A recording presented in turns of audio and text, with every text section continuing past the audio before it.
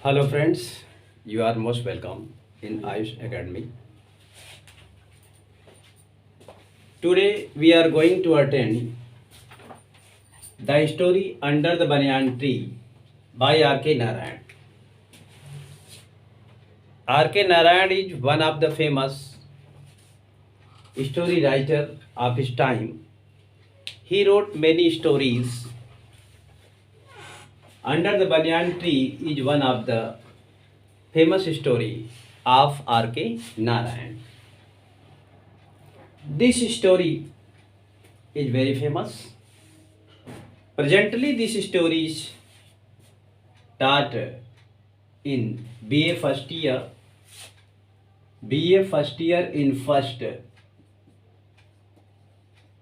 semester. In this story, there is only one character. This character is known as Nambi. दोस्तों, इस कहानी में केवल एक ही कैरेक्टर है जो बहुत ही महत्वपूर्ण है. He is known as Nambi. Nambi is an old man of the village. This story took place in the village known as Samuel. यह कहानी सोमल नामक एक गांव की है. This story is actually an interesting one. यह कहानी वास्तव में बहुत ही रोचक है, रुचिकर है, दिलचस्प है. Are K Narayan has presented the true picture of this village known as Somal. R K Narayan ने इस कहानी में सोमल नामक गांव की एक तस्वीर हमारे समक्ष प्रस्तुत की है और हम सभी पाठकों को इस कहानी को ध्यान से सुनना है और इसके बाद हम जिस कंक्लूजन पर पहुंचेंगे वह कंक्लूजन बड़ा ही दिलचस्प है. तो this village Samuel is not a big one, it is a small one. यह गांव सोमल एक बहुत छोटा सा गांव है. In this village only 300 people were living. इस गांव में बहुत ज्यादा जनसंख्या नहीं थी. The population of this village is only 300, but not more than this. Overall, it can be said that there is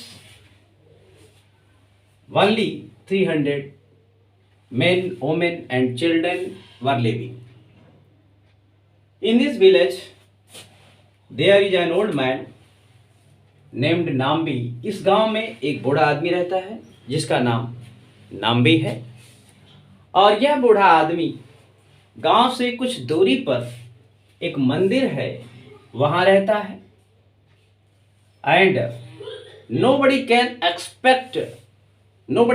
expect about the age of Nambi.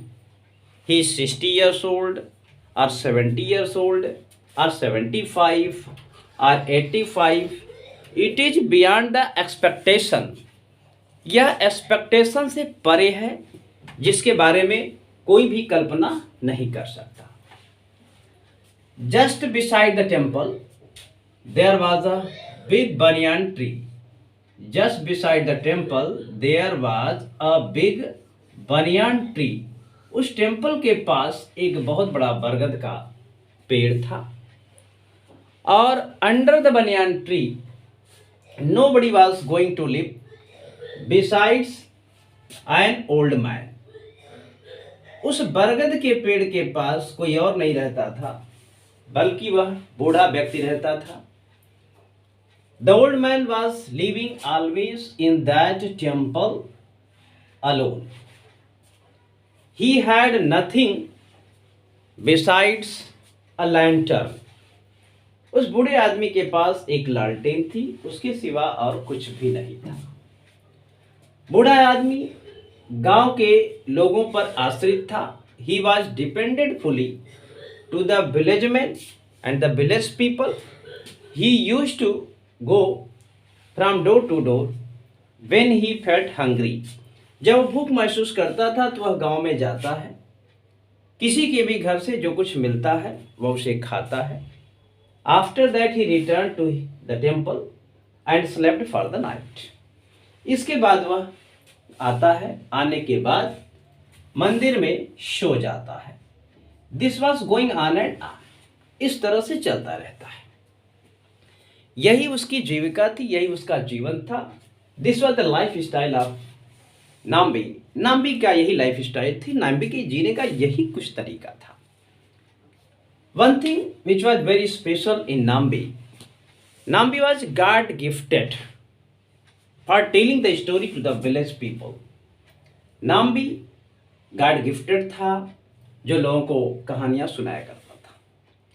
But before listening the story of Nambi, I am going to tell you something concerning to this village.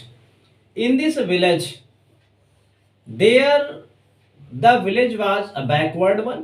यह गांव बहुत ही backward था, BILLAG, and there was no source of water for the human beings as well as the animals.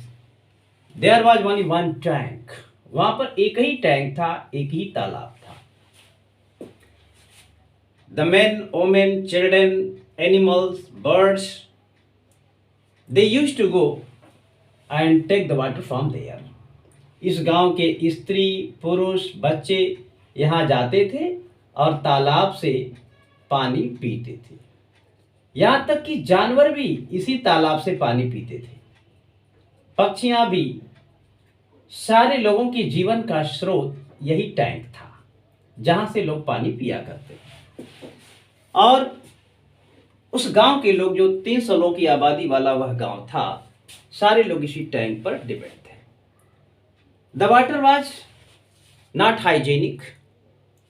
It was not hygienic. In the place of hygienic it was unhygienic. It was not pure one. It was not suitable for the village people, but they had nothing excepting this tank. They were forced to take the water from that tank. वे सब के सब बाध्य थे वहां से पानी पीने के लिए. When they took water from that tank, जब उस टैंक से पानी पीते थे तो इस पानी के जो साइड इफेक्ट हुआ करते थे, इससे तमाम तरह की बीमारियां होती थी. After taking the water, they suffered some different types of diseases like malaria, typhoid, jaundice, etc. and so on. यानी इस पानी को पीने से टाइफाइड होता था, मलेरिया होता था, जांडिस होता था.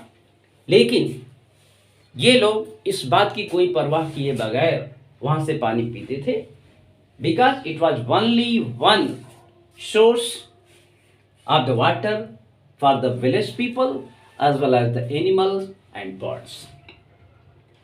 तो इस प्रकार इनका जीवन इसी टैंक पर आधारित था और ऐसा वो जीवन जीते थे. Now I am going to tell you once again the story of Nambi. Nambi used to sit in the temple each and every day when the people of this village used to go with the bucket of flowers, sweets, and some other items which is used here in the temple for worshipping the god. मंदिर में देवी देवताओं की पूजा के लिए मिठाई यानी लड्डू, फूल तथा अन्य चीजें जो चढ़ावा जाता है मंदिर पर चढ़ाने के लिए, यह कार्य उस नाम्बी नामक बूढ़े व्यक्ति की देखरेख में होता था. नाम्बी क्या करता था? फूलों को सजाता था, मिठाइयों को सही स्थान पर रखता था, चढ़ावे की सारी वस्तुएं वह उचित स्थान पर रख करके देवी माँ की पूजा करता था. It is suppose that inside the temple there lived a goddess known as Devi Maa, जिसे देवी माँ के नाम से जानते हैं.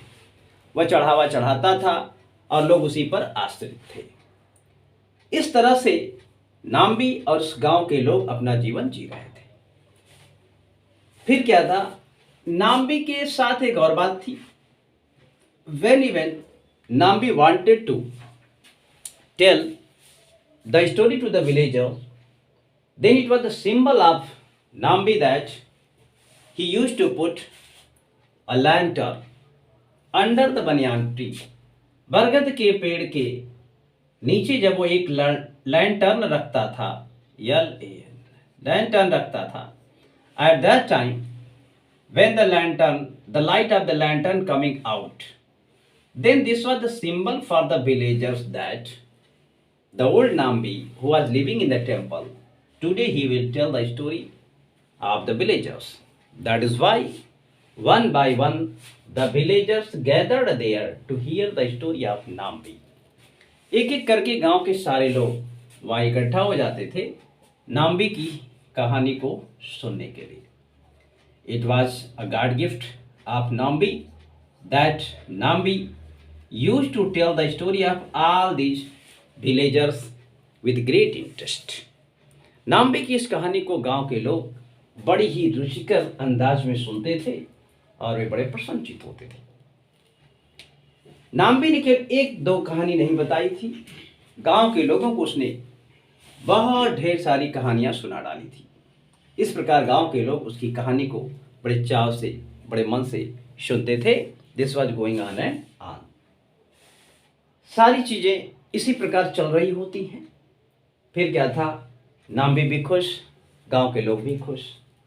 But what a pity, once when Nambi put the lantern and the villagers gathered, एक बार नाम्बी ने लालटेन रखी बरगद के पेड़ के नीचे और सारे के सारे गांव के लोग वहां इकट्ठा हो जाते हैं. Each and everyone gathered there to listen the story of Nambi. Nambi की कहानी को सुनने के लिए सारे के सारे लोग इकट्ठा हो जाते हैं. फिर क्या होता है वहां, Nambi starts his story. when he was telling the story nearly 3 hours continually, Nambi 3 घंटे 3 आवर्स तक अपनी कहानी सुनाता था. Most of the story of Nambi was completed by him nearly 3 hours. But that day, when he called all the villagers to hear the story, then he told the story only 1 hour. उसने कहानी शुरू की as usual like earlier, but as soon as he told the story only 1 hour, in the meantime, Nambi stopped it.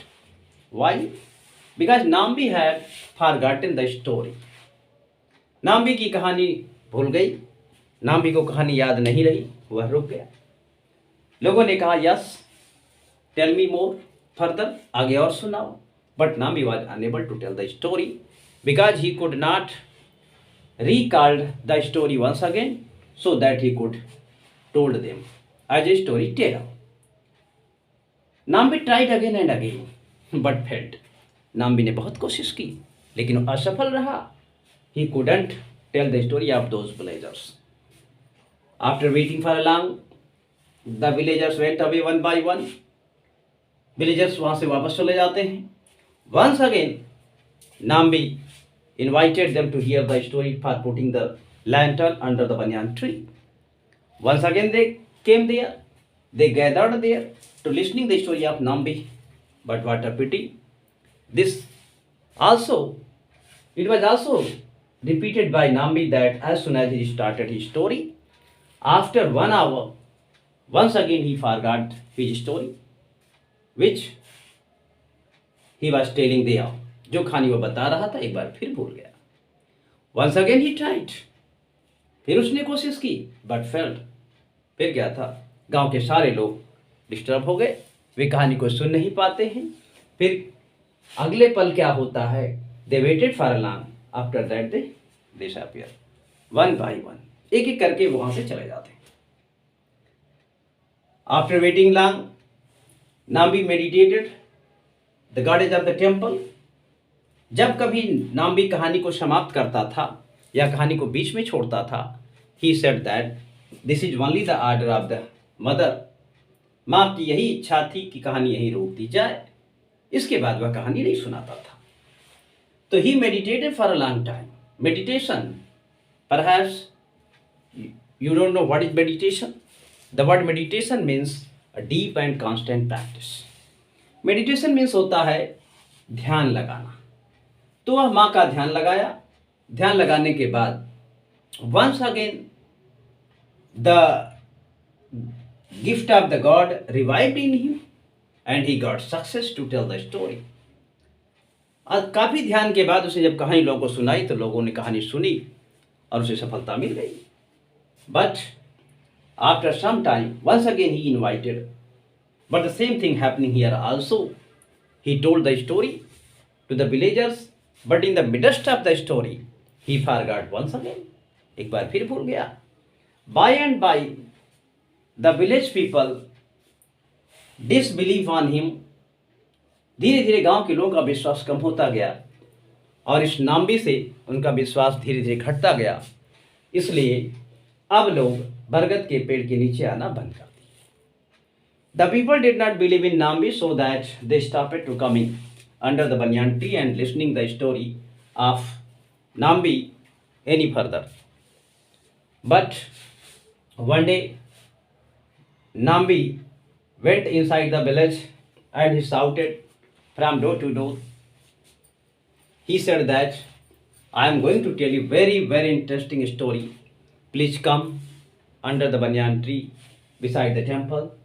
I will tell you very interesting story, miraculous story, a wonderful story tonight.